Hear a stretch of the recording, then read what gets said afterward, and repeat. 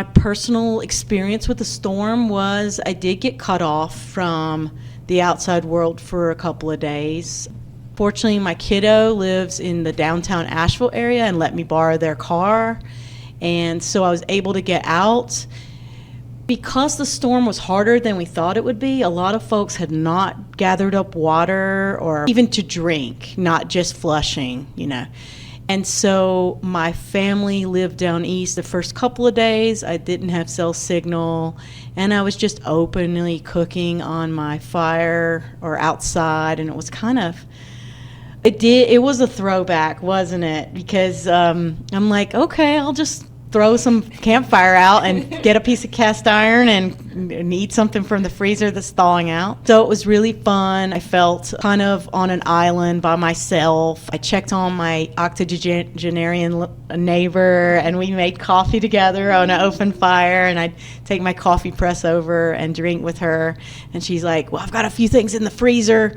We'll just put we'll keep the fridges closed and have the rest of this creamer, and we might have a cookie together or something. She's a good baker.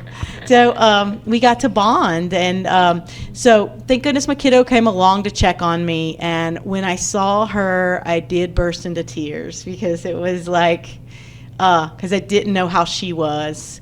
Her and her friends had walked along the railroad tracks, and they were just shocked at how high the water was. They were in the River Arch District walking, and just things floating by. They felt like it was a whole nother planet. Because there were several people friends and family that I was thinking, well, they need drinking water.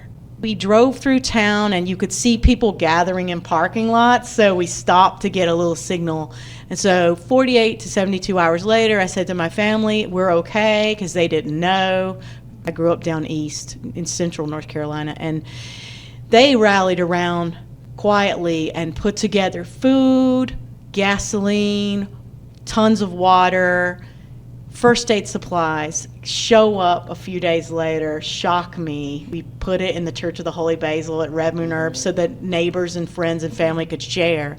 But my sister and brother-in-law knew someone was coming up here to rescue their kiddo whose car flooded in Brevard, and the house flooded. She got gas, so then I could take some water to various people, because fortunately Red Moon wasn't affected. I think the power came on out west easier than downtown.